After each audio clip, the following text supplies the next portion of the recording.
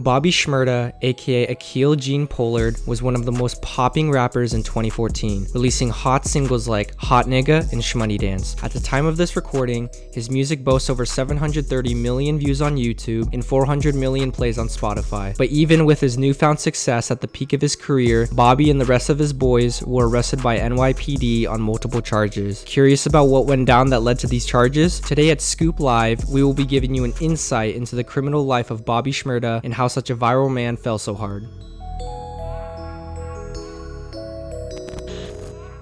Bobby's mother and his family moved to East Flatbush after his father was incarcerated. Although this is only one of Bobby's family's run-ins with the law, it started to become a big issue. Bobby at a young age spent 15 months in juvenile detention for probation violations and gun charges that were later dropped. Bobby started to gain traction in the rap game in 2014 when his song Hot Nigga peaked at number 6 on the Billboard charts. Along with Hot Nigga, his second hit single Shmoney Dance pushed him into becoming an internet sensation. After all this viral success, Bobby was signed to Epic Records, where he was supposed to drop his studio album, although this was delayed by his incarceration in February of 2017. One of the most life-changing moments for Bobby Shmurda was on November 5th of 2013. At this time, he was known by his street name, Cheeky. Shmurda was heading up to East Flatbush, which is widely known as one of the most violent precincts in New York. He was visiting one of his boys, Pluto, when he felt someone press a gun onto the back of his head. Bobby was then quickly turned around to see two males in ski masks pointing a revolver at his head.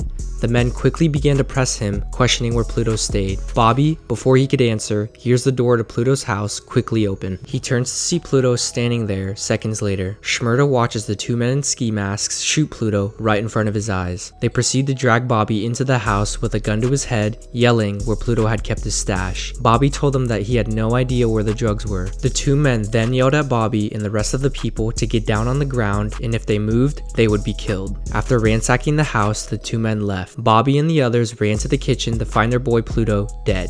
Bobby, after this incident, spoke out that the murder of Pluto was the moment he needed to start grinding or he wasn't making it. Bobby stated that, "I felt like I survived for a reason."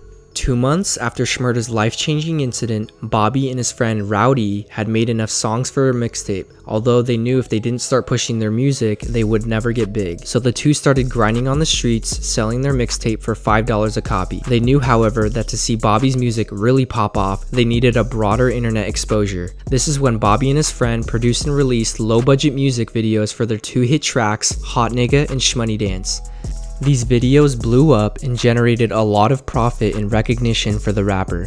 In March of 2014, Bobby was chilling in a vacant lot with his crew when they finally came up with his viral stage name, Bobby Shmurda. He and his crew all created fake last names for themselves like Shmurda and Shmoney. This is finally when the court-notorious GS9 gang was finally born. As Hot Nigga was blowing up, Shmurda was always surrounded by his GS9 crew, even though they had been getting in various legal troubles. On the flip side, Shmurda was making about $200,000 per gig. In mid-2014, Bobby pulled up to a club and was surprised to see a group of cops waiting for him to get there. All the police were able to find on him was a measly joint. This moment is when Bobby realized that the police were out to get him. In another shocking incident with the NYPD, he was confronted by local police while sleeping in his car on the way to a venue.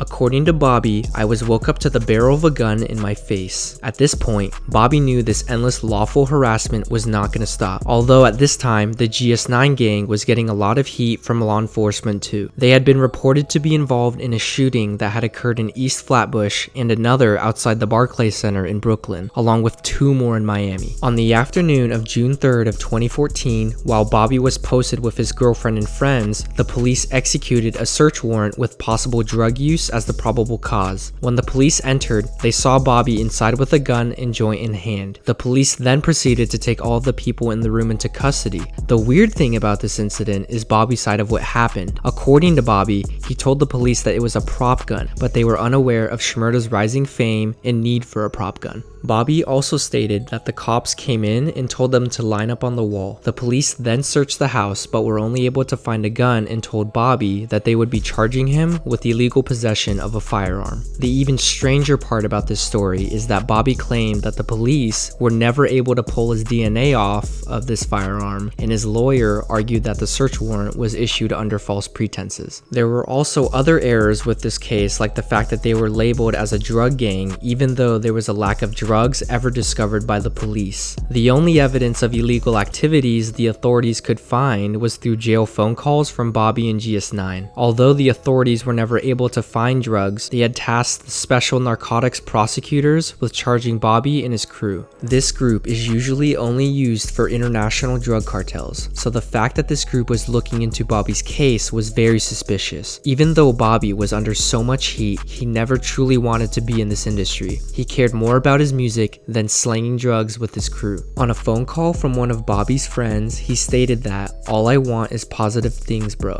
I ain't got time for no hood shit.